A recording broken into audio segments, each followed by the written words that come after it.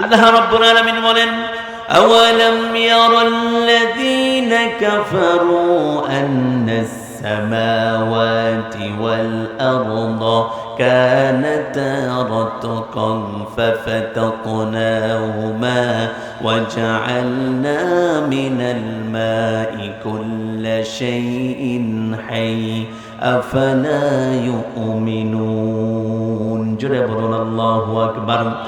Did not the unbelievers see that the heavens and the earth were pure and separated them and made order from every living thing? অবিশ্বাসীরা কি দেখে না আকাশ এবং জমিন একক বস্তুর মতো একসঙ্গে সংযোগ ছিল, আমি তাদেরকে পৃথক করে দিয়েছি। আর আমি আল্লাহ রাব্বুল আলামিন পানি থেকে সমস্ত জীব জগৎ সৃষ্টি করেছি, তারা কি এই সত্যটা বিশ্বাস করবে না? সুবহানাল্লাহ। আল্লাহ পাক সমস্ত জিনিসগুলো একসাথে এক বিন্দুর মধ্যে ছিল, এটা একটা বিকট আওয়াজ দিয়ে এক এক জায়গার মধ্যে চলে গেছে।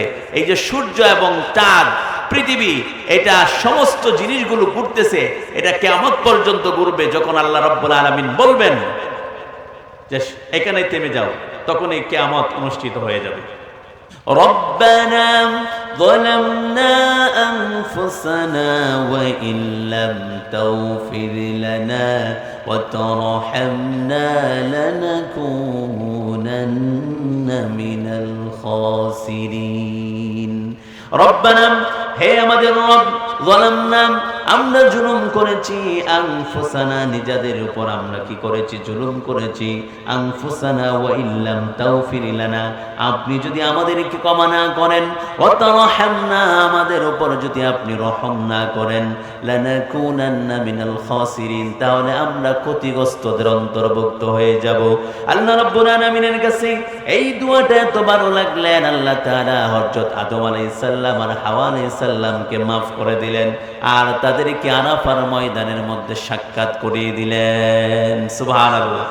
আল্লাহ রাব্বুল আলামিনের নাম, আমার আল্লাহকে চিনার জন্য আল্লাহ নামটাই যথেষ্ট। আপনি যদি আলিফ দিয়ে শুরু করেন, হামজা দিয়ে শুরু করেন, আল্লাহ রাব্বুল আলামিন বলেন, আল্লাহু লা ইলাহা ইল্লা হুয়াল হাইয়ুল কাইয়্যুম। আল্লাহ পাকের নাম শুরু হয়ে গেছে আলিফ দিয়ে। এখন যদি আপনি আলিফটা বাদ দিয়ে দেন, এরপরে দাও আমার রবের নাম টিকেই থেকে গেল। সুবহানাল্লাহ। কেমনে ঠিক থাকলো আপনি দেখেন। আপনি যদি প্রথম হরফটা বাদ দিয়ে দেন, অক্ষরটা বাদ দিয়ে দেন, তাকে লাম, এরপরে লাম আবার হা। আল্লাহ রাব্বুল আলামিন বলেন, লিল্লাহি মা ফিস সামাওয়াতি ওয়া মা ফিল আরদ। আল্লাহর নাম টিকি থেকে গেল, কোনো চেঞ্জ নাই, কোনো পরিবর্তন নাই। এরপরে আরেকটা নাম বাদ দিয়ে দেন, তাকে শুধু লাহু, এরপর আমার রবের নামের কোনো পরিবর্তন হলো না। আল্লাহ রাব্বুল আলামিন বলেন, লাহু মা ফিস সামাওয়াতি ওয়া মা ফিল আরদ। আরেকটা নাম বাদ দিয়ে দেন, তাকে শুধু হা, তাকে কি? শুধু হা। আল্লাহ রাব্বুল আলামিন বলেন, মান যাল্লাযী ইয়াশফা'ু ইনদাহু ইল্লা বিইযনিহি ইয়া'লামু মা বাইনা আইদিহিম ওয়া মা খালফাহুম ওয়া লা ইউহীতুনা বিশাইইন মিন ইলমিহি ইল্লা বিমা শাআ। আল্লাহু আকবার। আল্লাহ রাব্বুল আলামিনের নামের চেঞ্জ কোনো হলো না, কোনো পরিবর্তন হলো না। আমার রবের নাম টিকে থেকে গেল। আল্লাহ রাব্বুল আলামিন আপনাকে আমাকে সবচেয়ে মায়া করে, মহাব্বত করে যে কিতাবটা দিলেন, এই কিতাব দেওয়ার উদ্দেশ্য হলো গোটা পৃথিবীর সমস্ত মানুষগুলো অন্ধকার থেকে আলোর সন্ধান পাবে। কিন্তু আমরা দেখা গেল অন্ধকারের মধ্যে এখনো নিমজ্জিত আছে, আলোর সন্ধান আমরা এখনো পাই নাই। আলহামদুলিল্লাহি রাব্বিল আলামিন।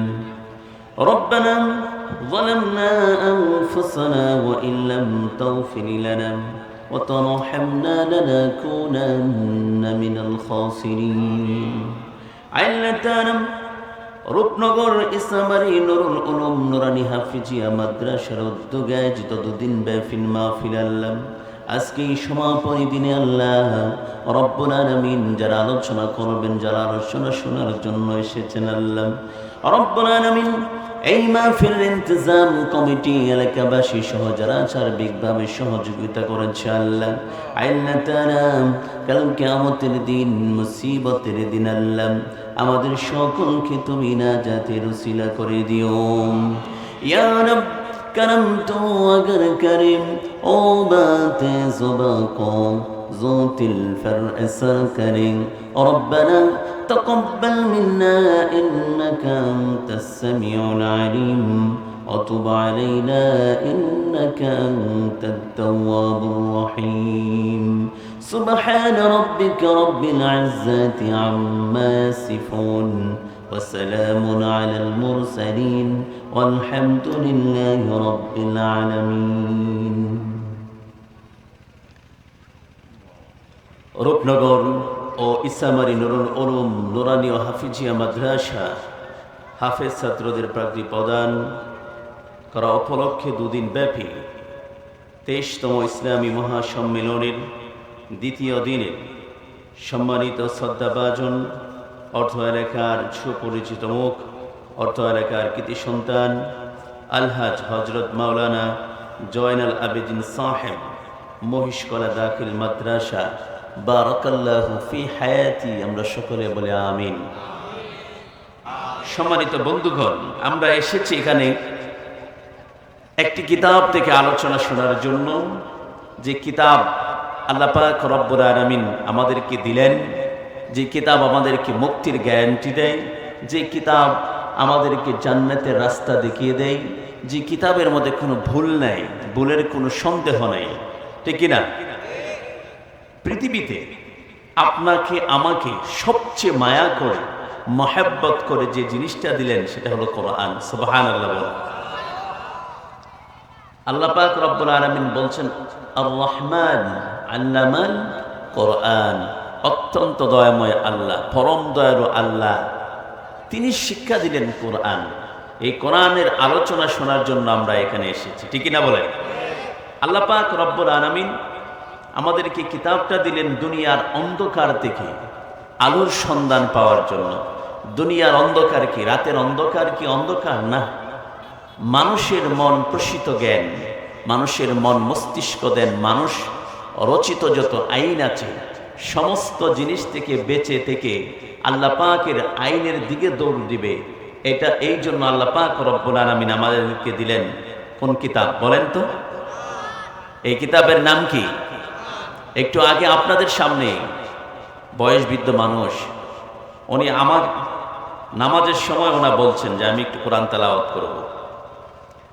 তো আমি ভাবলাম ওনা বয়সবৃদ্ধ মানুষ কি তেলাওয়াত করবে, তো তেলাওয়াত শুনে বুঝলাম আপনাদের এই মাহফিলের আজকের প্রধান অতিথি সাহেব পীর সাহেব কেবলা, ওনার নিজেও ওনার অনেক প্রশংসা করেছেন, বলি আলহামদুলিল্লাহ। ये তার তারতিল, তার তাসবিহ, তার সিফাত, তার তাওয়াসসুদগুলো এত সুন্দর ছিল।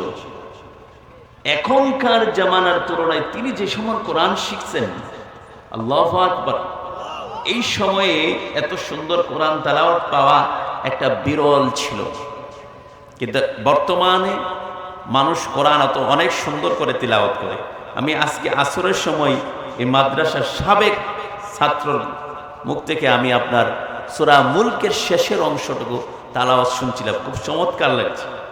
যে বাংলাদেশের প্রত্যন্ত অঞ্চল, একবারে বটার এলাকা, এখানে এত সুন্দর কোরআন তেলাওয়াত পৌঁছে গেছে, বলে আলহামদুলিল্লাহ।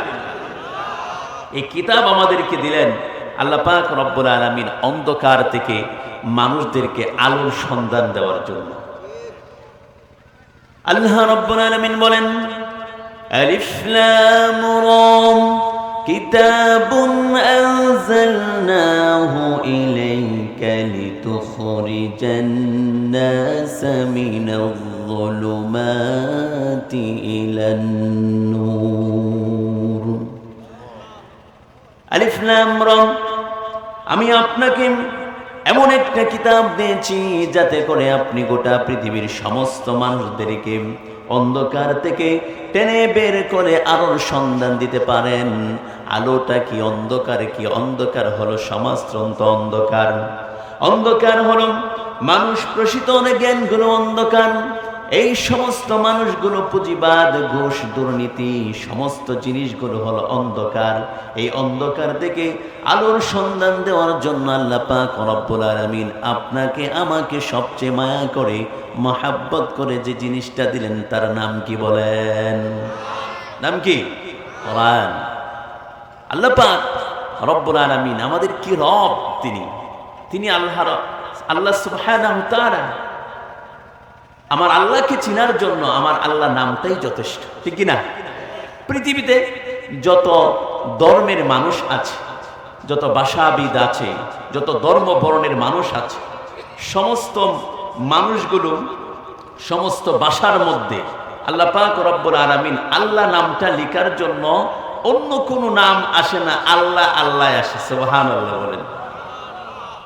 আবার হিন্দু ভাইয়েরা, খ্রিস্টান ভাইয়েরা, বেদুর্মী ভাইয়েরা, তারা এই গর্বটা করতে পারবে না। একমাত্র মুসলিম যারা, তারা আল্লাহকে, আল্লাহর নামটা মুখে নিয়ে উচ্চারণ করতে পারে, এত মজা লাগে, অন্য কোথাও এটা পাওয়া যাবে না। তিনি হলেন আমাদের রব। তিনি কে? রব তো তিনি, যিনি আপনাকে আমাকে প্রতিটি সেকেন্ডে, প্রতিটি ন্যানো সেকেন্ডে, প্রতিটি মাইক্রো সেকেন্ডে আমাদের শরীরের প্রতিটি সেলের খবরগুলো নিচ্ছে, আর তিনি আমাদেরকে বাড়তে সাহায্য করছে। সুবহানাল্লাহ। সে আল্লাহ সুবহানাহু ওয়া তাআলাকে চিনার জন্য আল্লাহ নামটাই যথেষ্ট। আল্লাহ নাম লেখার জন্য 4টা হরফ লাগে। কয়টা হরফ বলেন?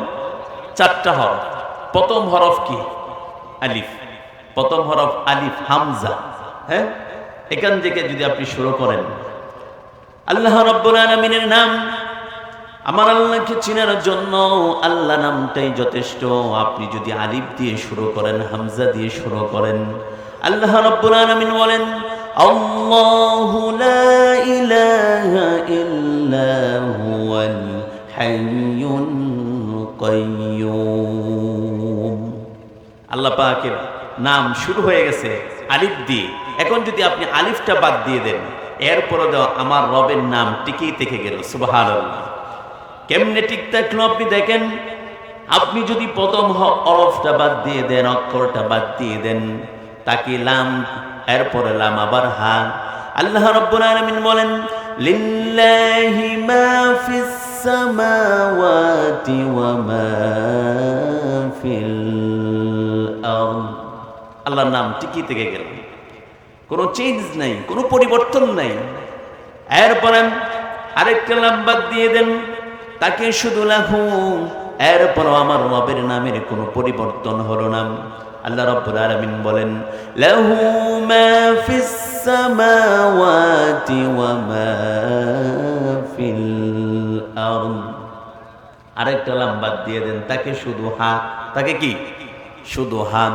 আল্লাহ রাব্বুল আলামিন বলেন, মান যাল্লাযী ইয়াশফা'ু ইনদাহু ইল্লা বিইযনিহি ইয়া'লামু মা বাইনা আইদিহিম ওয়া মা খালফাহুম ওয়া লা ইউহীতুনা বিশাইইন মিন ইলমিহি ইল্লা বিমা শাআ। আল্লাহু আকবার। আল্লাহ রাব্বুল আলামিনের নামের চেঞ্জ কোনো হলো না, কোনো পরিবর্তন হলো না। আমার রবের নাম টিকে থেকে গেল। আল্লাহ রাব্বুল আলামিন আপনাকে আমাকে সবচেয়ে মায়া করে, মহাব্বত করে যে কিতাবটা দিলেন, এই কিতাব দেওয়ার উদ্দেশ্য হলো গোটা পৃথিবীর সমস্ত মানুষগুলো অন্ধকার থেকে আলোর সন্ধান পাবে। কিন্তু আমরা দেখা গেল অন্ধকারের মধ্যে এখনো নিমজ্জিত আছে, আলোর সন্ধান আমরা এখনো পাই নাই, সঠিকভাবে আমরা পাই নাই। যেভাবে পাওয়ার দরকার ছিল এভাবে আমাদের নেই। এই বাংলাদেশে ইসলামপন্থী মানুষ বেশি না কম? অনেক বেশি। এত বিশাল কিতাব আল্লাহ পাক রব্বুল আলামিন শুধু তিলাওয়াতের জন্য দিলেন, নামাজের জন্য দিলেন, এটা সম্পূর্ণ রঙাই। আল্লাহ পাক এই কিতাব দিলেন মানুষের ব্যক্তি জীবন থেকে পারিবারিক জীবন, সামাজিক জীবন, রাষ্ট্রীয় জীবন, অর্থনৈতিক জীবন, সমস্ত জিনিসগুলো আইন, নীতিমালা, নীতি গ্রন্থের নাম হলো কোরআন। কিন্তু আমরা এই কোরআন থেকে অন্য দিকে চলে যাই, অন্য কোনো পথ আমরা অবলম্বন করি। আল্লাহ পাকের কাছে সবচেয়ে মনোনীত ধর্ম হলো ইসলাম। সবচেয়ে মনোনীত ধর্মের নাম কি বলেন? ইসলাম। কিন্তু আমরা ইসলামটাকে বাদ দিই, অন্য আইনের দিকে দৌড়াই। কিন্তু আল্লাহ পাক রব্বুল আলামিন এই আইন মেনে নিবে না। আল্লাহ পাকের কাছে এটা কবুল হবে না, যত চেষ্টাই সে করুক না কেন দুনিয়াতে। আল্লাহ পাক রব্বুল আলামিন তার সমস্ত আমলগুলো বরবাদ করে দিবে। দুনিয়াতে সে অপমানিত হয়ে যাবে, লাঞ্ছিত হবে। আল্লাহ পাক পরকালে ক্ষতিগ্রস্তদের অন্তর্ভুক্ত করে দিবেন। ইসলাম ছাড়া অন্য কোনো আইনকে যদি মানুষ বাস্তবায়ন করতে চায়, অন্য কোনো ধর্মকে তালাশ করে, পশ্চিমকালেও তা গ্রহণ করা হবে না। মহান রব্বুল আলামিন বলেন, وَمَن يَبْتَغِ غَيْرَ الْإِسْلَامِ دِينًا فَلَن يُقْبَلَ مِنْهُ وَهُوَ فِي الْآخِرَةِ مِنَ الْخَاسِرِينَ। ইসলাম ছাড়া মানুষ অন্য কোন ধর্মকে যদি তালাশ করে, অন্য কোন আইনকে যদি মানুষ বাস্তবায়ন করতে চান, পশ্চিমকালেও তা গ্রহণ করা হবে না। দুনিয়াতে সে অপমানিত হয়ে যাবে, লাঞ্ছিত হয়ে যাবে, পরকালে সে ক্ষতিগ্রস্তদের অন্তর্ভুক্ত হয়ে যাবে। ঠিক না বেঠিক? এরপর আল্লাহ রাব্বুল আলামিন অন্য জায়গার মধ্যে বলেন, আফগায়রা দীনিল্লাহি ইয়াবগুনা ওয়া লাহু أسلم من في السماوات والأرض طوعا وكرها। মানুষ কেমনে আল্লাহ পাকের এই দিন ছাড়া অন্য কোন ধর্মের দিকে, অন্য আইনের দিকে তালাশ করে, ওমাইয়াবতাগি বেহায়াপনার মতো, বেলজ্জর মতো অন্য আইনের দিকে দৌড়া, এটা কিভাবে? অথচ আসমান এবং জমিনের একচ্ছত্ব মালিকানা হলো কার? কার? এই সমস্ত মাখলুক কার হুকুম মেনে চলে? শুধু মানুষ মানতে চায় না, মানুষ আল্লাহর আইনকে বাস্তবায়ন করতে চায় না। এটা হলো মানুষের দুর্বলতা। মানুষ অন্ধকার থেকে আলোর সন্ধান নিজে নিতে চায় না। কিন্তু এই মানুষের কোনো অস্তিত্ব ছিল না। মানুষকে আল্লাহ পাক রব্বুল আলামিন মৃত থেকে জীবন দান করলেন। আল্লাহ রব্বুল আলামিন বলেন, কাইফা তাকফুরুনা বিল্লাহি ওয়া কুনতুম আমওয়াতান ফাআহইয়াকুম সুম্মা ইউমীতুকুম সুম্মা ইউহয়িকুম সুম্মা ইলাইহি তুরজাউন। মানুষ কেমনে, কিভাবে আল্লাহকে অস্বীকার করে, অথচ সে ছিল মৃত। আমি তাকে জীবন দান করেছি, আবার আমি তাকে মৃত্যু দিব, পুনরায় আমি আবার তাকে জীবিত করব। এই মানুষগুলো কিভাবে আল্লাহকে অস্বীকার করে? সুবহানাল্লাহ। আল্লাহ পাক রব্বুল আলামিন এই বিশাল কিতাব আমাদেরকে দিলেন, কিতাব দিয়ে জীবন পরিচালনা করার জন্য। রাজি আছেন সবাই? আমরা থাকবো আল্লাহর দলে। দল কয়টা? দল দুইটা। একটা হলো শয়তানের, আরেকটা কার? একটা শয়তানের, আরেকটা কার? একটা হলো ডান দিকওয়ালা, আরেকটা হলো বাম দিকওয়ালা। বামের পক্ষে আল্লাহ না, আল্লাহ হলো ডানের পক্ষে। আলহামদুলিল্লাহ বলেন। আমরা খাই কোন হাতে? ভালো কাজ করি কোন হাতে? হ্যাঁ, আমাদের সমস্ত ভালো কাজগুলো হয় ডান দিকে। আর আল্লাহ কোন পক্ষে আছে? ডানের পক্ষে। বামের পক্ষে আল্লাহ নেই। আর দল হলো দুইটা, একটা আল্লাহর, আরেকটা কার? শয়তানের। আমরা কার দলে আছি? সকলে তো হাত উঁচু করে দেখান। আল্লাহ পাক সকলকে কবুল করো, সকলে বলে আমিন। সম্মানিত বন্ধুগণ, আমি আপনাদের সামনে পবিত্র কোরআনুল কারীমের একটা সুপরিচিত সূরা, সূরাতুল বুরুজের কয়েকটি আয়াতে কারিমা আপনাদের সামনে তিলাওয়াত করেছি। তারতিব বিন নুজুল, এই সূরাটা নাজিলের ধারাবাহিকতায় ২৭তম সূরা। এই সূরার আগের সূরা হলো সূরাতুশ শামস, পরের সূরা হলো সূরাতুত তিন। নাজিল করেছে আল্লাহ পাক রব্বুল আলামিন। সূরাটা কয় নাম্বার বলেন তো? ২৭তম। কত নাম্বার? ২৭তম। আমাদের কথা বুঝেন আপনারা? সকলে বুঝেন তো?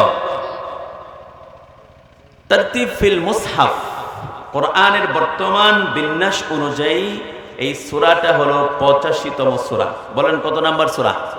85তম সূরা। এই সূরার আগের সূরা হলো সূরাতুল ইনশিকাক, পরের সূরা হলো সূরাতুত তারিক। এই সূরার মধ্যে আল্লাহ পাক 22টি আয়াত দিলেন, একটি রুকু দিলেন। সূরাটা মক্কায় অবতীর্ণ, মক্কি সূরা। মক্কি সূরার মধ্যে অন্যতম একটি সূরা এটা। মক্কি সূরার মধ্যে কি অন্যতম একটা সূরা। এই 22টি আয়াত, 109টি শব্দ, 438টি অক্ষর। এই 438টি অক্ষর আর 109টি শব্দ, 22টি আয়াত, একটি রুকু। আল্লাহ পাক রব্বুল আলামিন মক্কি জীবনে নবীজি সাল্লাল্লাহু আলাইহি ওয়াসাল্লামের উপর এই সূরাটা নাজিল করেন। বলি আলহামদুলিল্লাহ। এই সূরার নাজিলের ধারাবাহিকতায় সূরাটিতে আল্লাহ পাক রব্বুল আলামিন 4টে টপিকে আলোচনা করেছেন। কয়টা টপিকে? 4টা টপিকে। আমরা প্রথম নাম্বার টপিকে 7 নাম্বার 8 নাম্বার আয়াত তেলাওয়াত করেছি, কিন্তু এই সূরাটার প্রথম নাম্বার টপিকে আয়াত হলো 9টি। পরের টপিকের থেকে 9 থেকে 11 পর্যন্ত আল্লাহ পাক নাজিল করেন। এইভাবে আল্লাহ পাক রব্বুল আলামিন 4টে টপিক আলোচনা করেছেন, 22টি আয়াত। আপনাদের মাহফিলের বয়স হলো 23। কততম? 23তম মাহফিল। আপনি যদি এই সূরার প্রতিটি আয়াত নিয়ে আলোচনা করেন, তাহলে এরকম 22টি অধিবেশনের প্রয়োজন। কয়টি অধিবেশন? 22টি অধিবেশনের আলোচনা যদি আপনি শুনেন, তাহলে আপনি কিছুটা শেষ করতে পারবেন এই সূরার আলোচনা। আর না হয় শেষ করা সম্ভব না। এরপর আমাদের সময় যতটুকু কোলায় আমরা প্রথম নাম্বার টপিক নিয়ে আলোচনা করব। এরপরে যদি সময় কোলা, পরের টপিক, এরপরেরটা, 4টা টপিক আলোচনা করব। মা তৌফিকি ইল্লা বিল্লাহ। আল্লাহ পাক রব্বুল আলামিন আমাদেরকে আমলের নেওতে বলা এবং আমলের নেওতে শোনার তৌফিক দান করো, সকলে বলে আমিন। সম্মানিত উপস্থিতি, সূরাটা যখন মক্কায় নাজিল হয়, মক্কি সূরা, মক্কি জীবন, নবীজি সাল্লাল্লাহু আলাইহি ওয়াসাল্লামের কষ্টের ছিল না সুখের ছিল? কষ্টের ছিল না সুখের ছিল? বলেন। মক্কি জীবনে নবীজি আইন মানত আবু জাহেলের। কার আইন মানত বলেন? কারণ এই সময় নবীজির ক্ষমতা নেই, ইসলামী রাষ্ট্র প্রতিষ্ঠা হয় নাই। নবীজি কাবার সামনেই নামাজ আদায় করে, কিন্তু কাবার ভিতরে 360টা মূর্তি আছে না নাই? আছে। নবীজি যখন মক্কি জীবনে সাহাবায়ে কেরামদেরকে দ্বীনের দাওয়াতগুলো দিচ্ছিলেন, মানুষগুলো যখন আস্তে আস্তে করে মুসলমান হচ্ছে, ইসলাম কবুল করে নিলেন গরিব গরিব সাহাবীরা। হযরত বেলাল রাদিয়াল্লাহু তাআলা, হযরত খুবাইব রাদিয়াল্লাহু তাআলা, কাব্বাব ইবনে আরাদ রাদিয়াল্লাহু তাআলা, এরকম গরিব গরিব সাহাবীরা যখন ইসলাম গ্রহণ করলো, আবু জাহেল বলেন যে দেখো মুহাম্মদ এরকম গরিব মানুষদেরকে দিয়ে সে দিন কায়েম, দিন বিজয়ের স্বপ্ন দেখে, ইসলামী রাষ্ট্র গঠন করার স্বপ্ন দেখে। এটা মুহাম্মদের দ্বারা সম্ভব না। কে বলে? আবু জাহেল। কে বলে? আবু জাহেল। নবীজি যখন বেলাল রাদিয়াল্লাহু তাআলা আনহুকে দাওয়াত দিলেন, কালিমা পড়ে মুসলমান হয়ে গেল। কালিমা পড়লেন। বেলালের মনিব হলো উমাইয়া। উমাইয়ার কাছে আবু জাহেল চলে গেল, গিয়ে বলল, উমাইয়া, তোমার গোলাম বেলাল কালিমা পড়ে মুসলমান হয়েছে, তুমি যদি তার শাসন না করো, তার ব্যবস্থা গ্রহণ না করো, তাহলে কিন্তু উমাইয়া তুমিও আমাদের কাছ থেকে বাঁচতে পারবা না। উমাইয়া বেলাল রাদিয়াল্লাহু তাআলা আনহুর কাছে চলে গেলেন, গিয়ে বলল, বেলাল, তুমি কালিমা পড়েছ, তুমি এই ধর্মটা ত্যাগ করে ফেলো। বেলাল রাদিয়াল্লাহু তাআলা আনহু বললেন যে আমার জীবন চলে যাবে, এরপরে তো আমি কালিমা ছাড়তে পারবো না। সুবহানাল্লাহ। উমাইয়া বেলালকে নানাভাবে নির্যাতন নিপীড়ন শুরু করে দিলেন, জুলুম নির্যাতন করতে লাগলেন। উমাইয়া কি করল? বেলাল যখন কালিমা পড়ল, বেলালের মুখের মধ্যে একটি আওয়াজ, আহাদ আহাদ আহাদ, আল্লাহ এক। বলেন আল্লাহ কি? আল্লাহ কি বলেন আবার? আল্লাহ এক।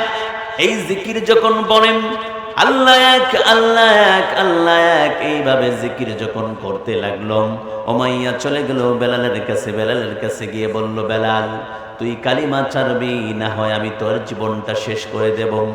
বেলাল বলল, আমার জীবন দিয়ে দিব, এরপর আমি কালিমা ছাড়তে পারবো না। উমাইয়া বেলালকে মরুভূমির প্রান্তরে নিয়ে গেল, হাত পা বেঁধে বুকের উপর পাথর চাপা দিল, যুবকদেরকে লিলিয়ে দিল, হাত পা বেঁধে তাকে মরুভূমির প্রান্তরে উত্তপ্ত বালুকণার মাঝে তাকে ছেঁচড়াইতে থাকুন। এইভাবে নির্যাতন শুরু করল।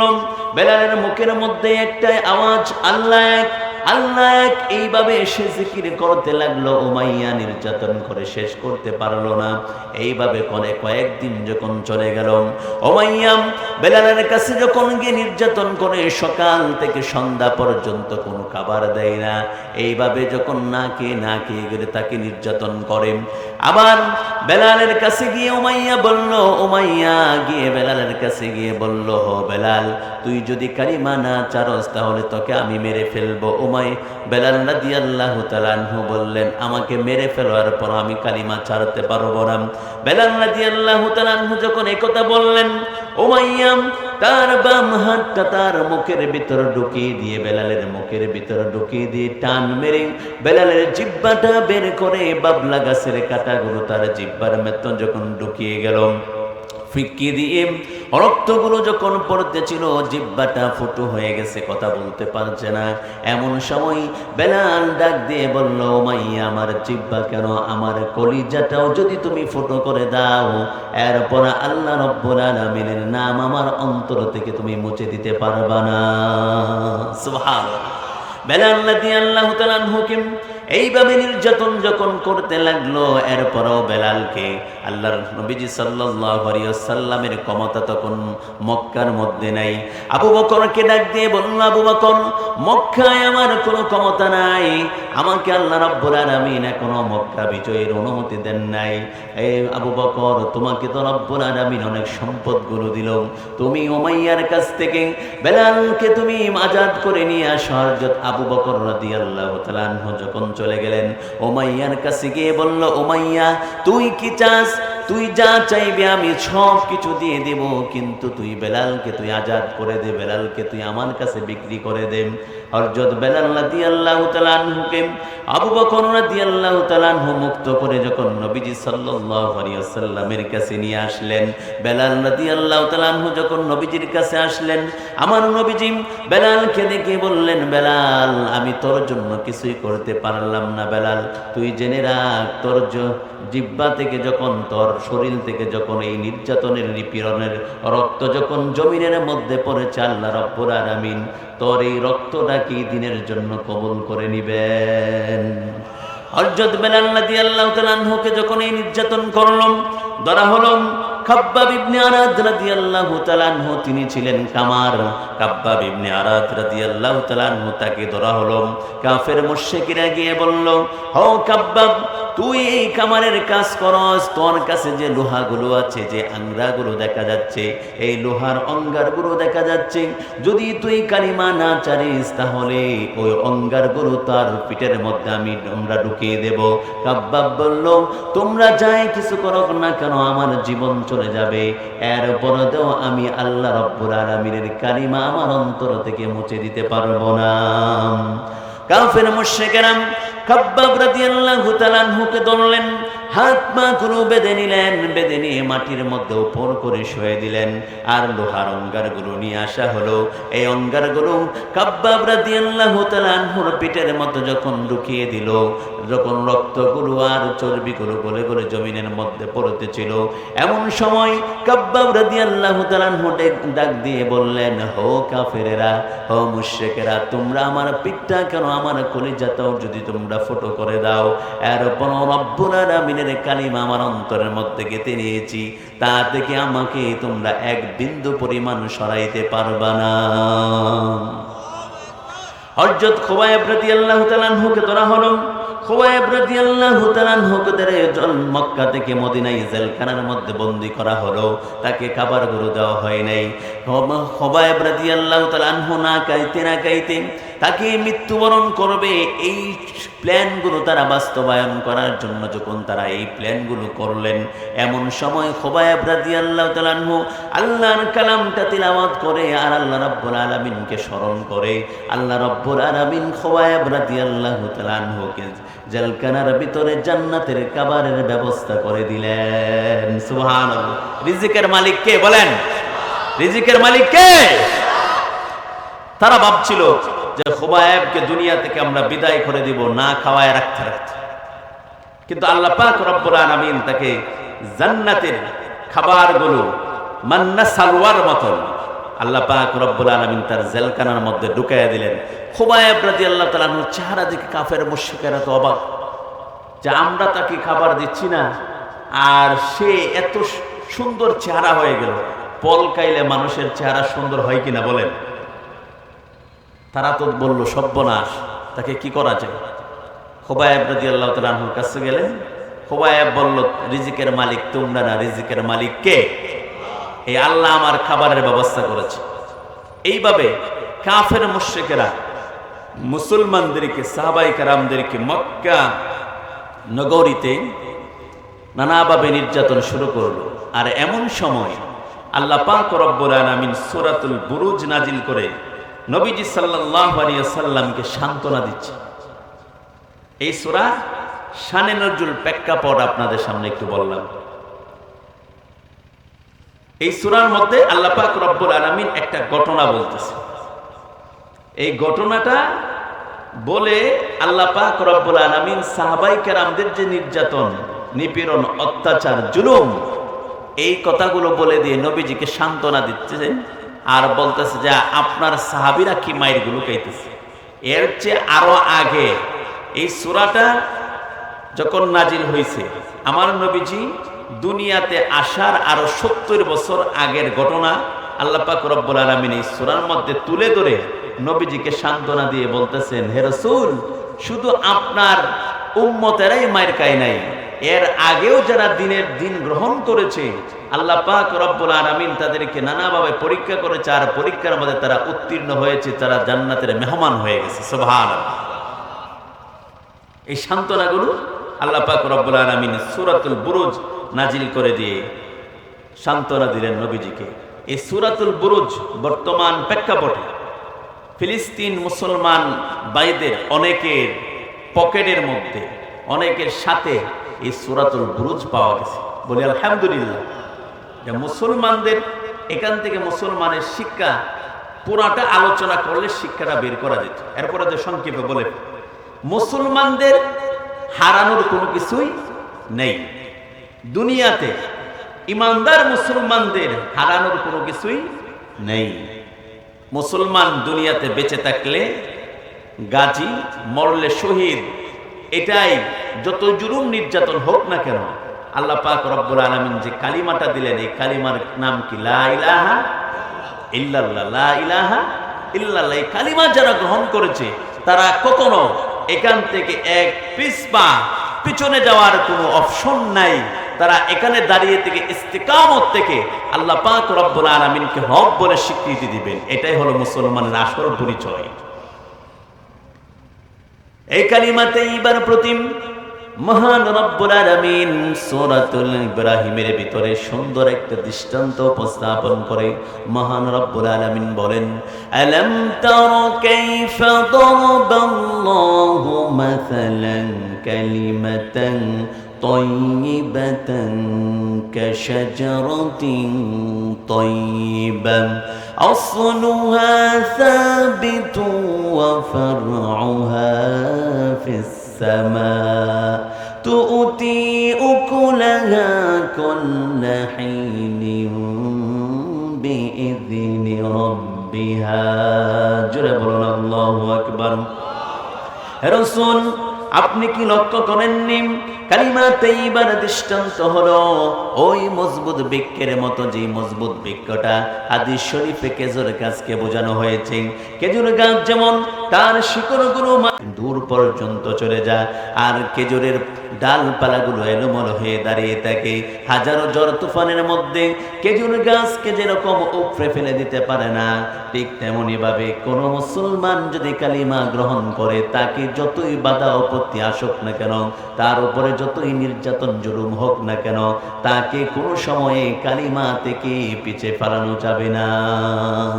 আল্লাহ পাক রব্বুল আলামিন এই সূরা ইব্রাহিমের ভিতরে কালিমা তাইয়্যিবার দৃষ্টান্ত উপস্থাপন করেছেন। এই আলোচনাটা এই জন্য আমি একটু করলাম যে মূল ঘটনাটা বোঝার জন্য আমরা এই কালিমার অংশটুকু জেনে নিলাম।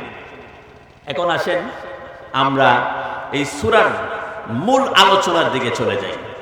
আল্লাহ সুবহানাহু ওয়া তাআলা প্রথম আয়াতে বললেন ওয়াস-সামাঈ যাতিল বুরুজ, যে আসমানে নক্ষত্র বিশিষ্ট গ্যালাক্সির শপথ। আসমানে নক্ষত্র বিশিষ্ট গ্যালাক্সির শপথ। তিনটা আয়াতে চারটি কসম খাইলেন আল্লাহ পাক। কয়টি কসম খাইলেন? চারটি কসম খাইলেন। বুরুজের কসম খাইলেন। বুরুজ হলো গ্যালাক্সি, তারকা সম্পন্ন, কারুকাজ সম্পন্ন গ্যালাক্সি। আল্লাহ পাক এই গ্যালাক্সির শপথ খাইলেন। গ্যালাক্সি কি? গ্যালাক্সি হলো যার মধ্যে সৌরজগৎ থাকে। এখন আসেন সৌরজগৎ কি? সৌরজগৎ হলো যার মধ্যে গ্রহ, উপগ্রহ, তারকা, এই গ্রহ উপগ্রহগুলো থাকে, এটা হলো সৌরজগৎ। আমাদের সৌরজগৎ হলো একটা, যেটার কেন্দ্রে আছে সূর্য। যেটার কেন্দ্রে আছে কি? সূর্য। আর সূর্য আছে গ্যালাক্সিকে কেন্দ্র করে। কাকে কেন্দ্র করে? গ্যালাক্সিকে কেন্দ্র করে। এই মহাবিশ্বে আল্লাহ পাকের আকাশের নিচে যত তারকা আছে, এখানে 1,00,000,000,000 গ্যালাক্সি আছে। আর প্রতিটি গ্যালাক্সিতে 1,00,000,000,000 তারকা আছে। 1,00,000,000,000 গ্যালাক্সির মধ্যে প্রতিটি গ্যালাক্সিতে 1,00,000,000,000 কি আছে? তারকা আছে। এই তারকাগুলোর সাইজ কত? সূর্য হলো পৃথিবী থেকে 13 লক্ষ গুণ বড়। আমাদের বাংলাদেশ কতটুকু বড়? বিশ্ব মানচিত্রে বাংলাদেশের বি অক্ষরটা লেখার মতো জায়গা নেই। আর এই বাংলাদেশের মধ্যে আমরা ছোট একটা জায়গা, ছোট একটা ভূখণ্ড, আমাদের পার্শ্ববর্তী ভারত, এখান থেকে দেখা যায়। আপনাদের অনেকে মনে ভারত বেড়াইতে গেছে, হ্যাঁ? তো এই যে পার্শ্ববর্তী ভারত আমাদের বাংলাদেশ থেকে 25 থেকে 30 গুণ বড়। বাংলাদেশের চাইতে এরকম কানাডা, আমেরিকা 90 থেকে 100 গুণ বড়। রাশিয়া বাংলাদেশের চাইতে প্রায় 150 গুণ বড়। এরকম পৃথিবীতে দেশ আছে প্রায় 250-এরও বেশি। এই 250 দেশ নিয়ে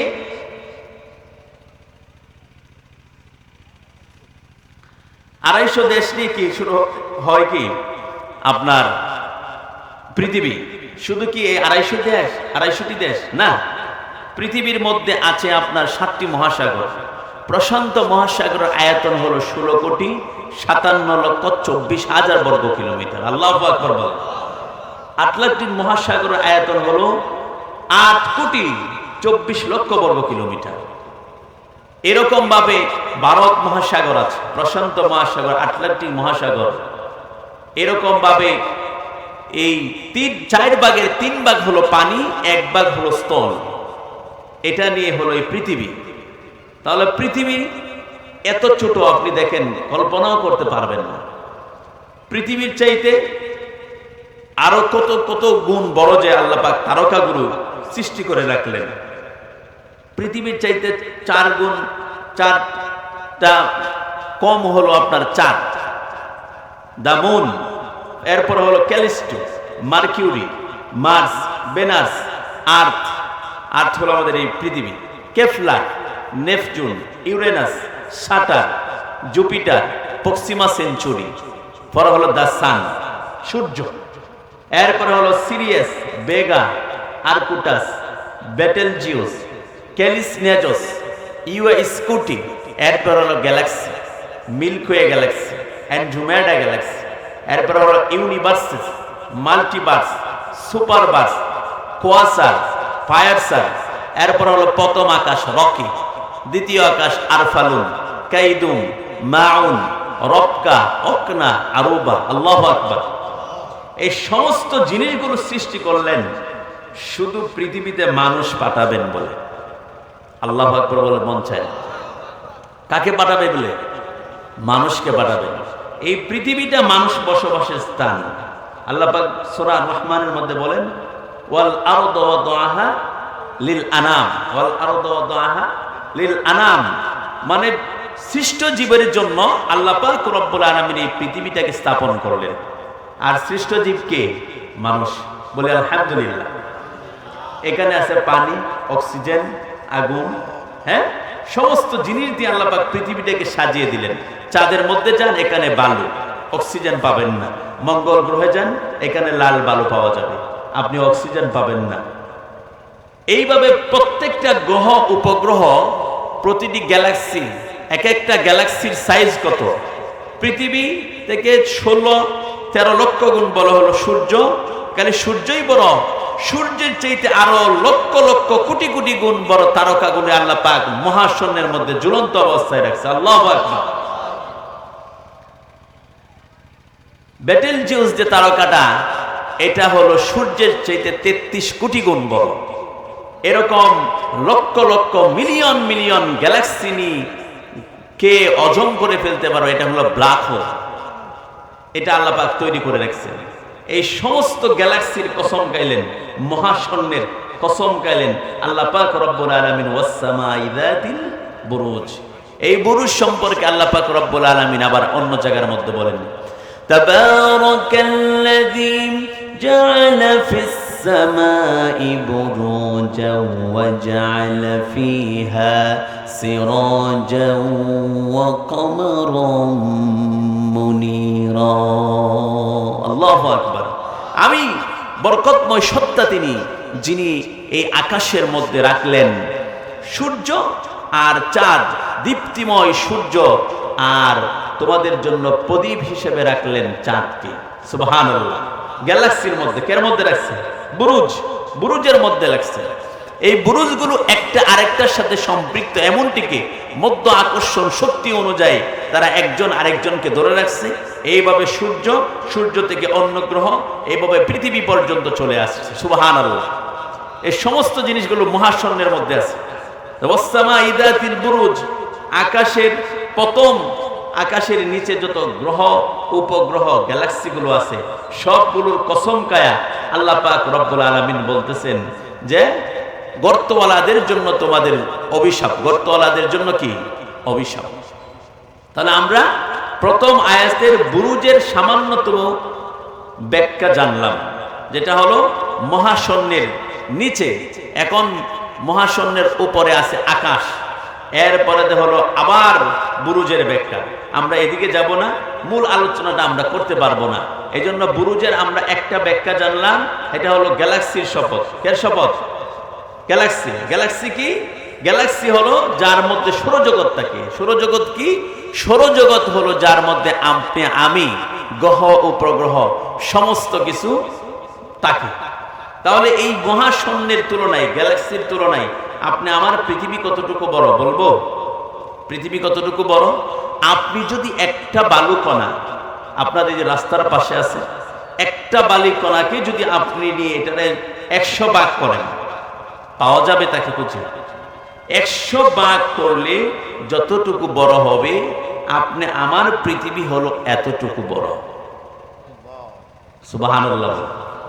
এতটুকু বড় পৃথিবীর মধ্যে আপনি, আমি সলিমুদ্দি বসিরুদ্দি, ঠিক আছে, বসবাস করি। আর যখন চের পায় তখন আর সাধারণ মানুষ চোখে বসে না, ঠিক কিনা? সূর্য, পৃথিবী সমস্ত কিছু একসাথে একটা বিন্দুর মধ্যে ছিল। এটাকে আল্লাহ পাক রব্বুল আলামিন একটা বিস্ফোরণের মাধ্যমে রব্বুল আলামিন বললেন কুন ফায়াকুন, সঙ্গে সঙ্গে একটা বিকট আওয়াজ হয়ে এক এক জায়গার মধ্যে চলে গেছে। আর যেভাবে আসিল এইভাবেই তারা রয়েছে কিয়ামত পর্যন্ত, এভাবেই থাকবে। যখন দুনিয়া ধ্বংস হয়ে যাবে তখন সমস্ত কিছু নড়বড় হয়ে শেষ হয়ে যাবে। আল্লাহ রাব্বুল আলামিন বলেন আওয়ালাম ইয়ারাল্লাযীনা কাফারু আন্নাস সামাওয়াতি ওয়াল আরদা কানাতা রাতকান ফাফাতাকনাহুমা ওয়াজআলনা মিনাল মাই কুল্লা শাইইন হাই আফালা ইউমিনুন। জোরে বলুন আল্লাহু আকবার। Did not the unbelievers see that the heavens and the earth were pure and separated them and made order from every living thing? অবিশ্বাসীরা কি দেখে না আকাশ এবং জমিন একক বস্তুর মতো একসঙ্গে সংযোগ ছিল, আমি তাদেরকে পৃথক করে দিয়েছি। আর আমি আল্লাহ রাব্বুল আলামিন পানি থেকে সমস্ত জীব জগৎ সৃষ্টি করেছি, তারা কি এই সত্যটা বিশ্বাস করবে না? সুবহানাল্লাহ। আল্লাহ পাক সমস্ত জিনিসগুলো একসাথে এক বিন্দুর মধ্যে ছিল, এটা একটা বিকট আওয়াজ দিয়ে এক এক জায়গার মধ্যে চলে গেছে।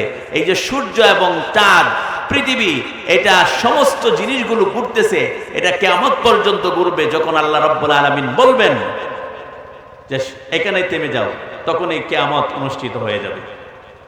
আর আমরা এই দিকে যাব না, বিজ্ঞান নিয়ে আলোচনা আর করতে চাই না। আমরা এখন পরের আয়াতের দিকে চলে যাই। আল্লাহ রাব্বুল আলামিন পরের আয়াতের মধ্যে বলেন ওয়াল ইয়াউমিল মাউউদ, কিয়ামত দিবসের শপথ। কোন দিবসের শপথ বলেন? কিয়ামত দিবস, কিয়ামত একদিন অনুষ্ঠিত হবে, এটা আমরা সবাই বিশ্বাস করি কিনা বলেন? কাফের মুশরিকরা নবীজি সাল্লাল্লাহু আলাইহি ওয়াসাল্লামকে জিজ্ঞাসা করেছিলেন, হে রাসূল, আপনি যে কিয়ামত বলে আপনি মানুষদেরকে বোঝান, এই কিয়ামত কখন অনুষ্ঠিত হবে?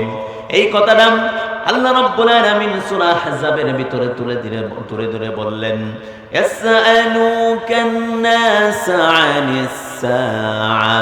হে রাসূল, লোকেরা আপনাকে জিজ্ঞাসা করে কিয়ামত কখন অনুষ্ঠিত হবে, আপনি বলে দিন কুল ইন্নামা ইলমুহা ইনদাল্লাহ। আপনি বলে দিন এই কিয়ামত সম্পর্কে আল্লাহ রাব্বুল আলামিন ছাড়া অন্য কোনো মানুষের জ্ঞান নাই। সুবহানাল্লাহ। কিয়ামত যে কোন দিন অনুষ্ঠিত হবে এটা মহান আল্লাহ পাক রব্বুল আলামিন ছাড়া আর কেউ বলতে পারবে না। নবীজি সাল্লাল্লাহু আলাইহি ওয়াসাল্লাম বলতে পারবে না। এটা আল্লাহ পাক রব্বুল আলামিন সূরা আহজাবের ভিতরে তুলে ধরলেন। আবার রব্বুল আলামিন সূরা ইয়াসিনের মধ্যে বলেন ونفخ في الصور فإذا هم من الأجداث إلى ربهم ينسلون। যখন ইসরাফিল আলাইহিস সালাম সিংহায় ফু দিবে, মানুষগুলো কবর থেকে উঠবে, কবর থেকে উঠে মানুষগুলো দৌড় দিবে তার রবের দিকে। যখন দৌড় দিবে, দৌড় দিয়ে তারা বলবে ক্বালু ইয়া ওয়াইলানা মান বা'আসানা মিন মারকাদিনা হাযা মা ওয়া'আদার রহমান। তারা বলবে হায় দুর্ভোগ, হায় আফসোস, আমরা তো ঘুমের মধ্যে ছিলাম, আমাদের ঘুমটাকে ভেঙে দিল, আমাদেরকে কে জাগ্রত করলো, কে আমাদের ঘুমটা ভেঙে দিল? এইগুলো কথা বলে তারা রবের দরবারে যখন হাজির হয়ে যাবে, অদৃশ্য থেকে জবাব আসবে হাযা মা ওয়া'আদার রহমান। আল্লাহ রাব্বুল আলামিন বলবেন আমি হলাম রহমান, আমি তোমাদেরকে জাগ্রত করেছি, এই দিনটা আমার ওয়াদাকৃত দিন ছিল। সুবহানাল্লাহ। তাহলে কিয়ামত একদিন অনুষ্ঠিত হবে, এটা আমরা বিশ্বাস করি কিনা? আল্লাহ রাব্বুল আলামিন বলেন কুল্লু মান আলাইহা ফানি ওয়া ইয়াবকা ওয়াজহু রব্বিকা যুল জালালি ওয়াল ইকরাম। জমিনে বিচরণশীল সমস্ত কিছু একদিন ধ্বংস হয়ে যাবে, পানা পানা হয়ে যাবে, পাহাড়গুলো মিশে যাবে, সমস্ত কিছু নষ্ট হয়ে যাবে। এই সমস্ত কিছু যেদিন ধ্বংস হয়ে যাবে, আল্লাহ রাব্বুল আলামিন একা থাকবেন। তিনি হলেন কে? বলেন, তিনি কে? আল্লাহ, যিনি মহাপরাক্রমশালী আল্লাহ। আল্লাহ পাককে সম্মান দেওয়ার জন্য কেউ লাগবে না। আমি যদি আল্লাহর বিরোধিতা করি, এরপর আল্লাহ রাব্বুল আলামিনের কোনো কিছু হবে না। আল্লাহ যেমন আছে, ইকরাম, ইকরাম অর্থ সম্মান দেওয়া। কি দেওয়া? আপনি আমাকে সম্মান দেওয়ার জন্য, আমি এখানে বসে কথা বলতেছি, আপনারা আমাকে কি দিছেন? সম্মান দিছেন। বাবা সন্তান বাবাকে কি দেয়? সম্মান দেয়। শ্বশুর শাশুড়িকে জামাইকে কি দেয়? সম্মান দেয়। বৌমা শ্বশুর শাশুড়িকে কি দেয়? সম্মান দেয়। ছাত্র উস্তাদকে কি দেয়? সম্মান দেয়। কর্মীরা নেতাকে কি দেয়? সম্মান দেয়। সমস্ত মানুষকে সম্মান দেওয়ার জন্য কাহারো না কাহারো জিনিসের প্রয়োজন আছে না নেই? আছে। কিন্তু মহান রব্বুল আলামিন, কোনো মানুষ যদি বলে, এই রূপনগরের মানুষ যদি বলে আমি এই পাহাড়ের মধ্যে বসে থাকবো আর আমার সম্মান এমনি হয়ে যাবে, হবে? হ্যাঁ। কিন্তু মহান আল্লাহ সুবহানাহু ওয়া তাআলা কেমন দেখেন, পৃথিবীর সমস্ত জিনিস যদি আল্লাহকে সম্মান না করে, এরপরও আল্লাহর সম্মান যেমন ছিল এমনই থাকবে। এটা হলো রব। সুবহানাল্লাহ। তাহলে আল্লাহ রাব্বুল আলামিন বলতেছে কিয়ামত দিবসের শপথ। তাহলে আমরা শপথ পাইলাম কয়টা বলেন? দুইটা। একটা হলো বুরুজ গ্যালাক্সির শপথ, আর একটা হলো কিয়ামত দিবসের শপথ। আসেন আমরা 3 নাম্বার আয়াতের দিকে চলে যাই। আল্লাহ রাব্বুল আলামিন বলেন, ওয়া শাহিদিন ওয়া মাশহুদ।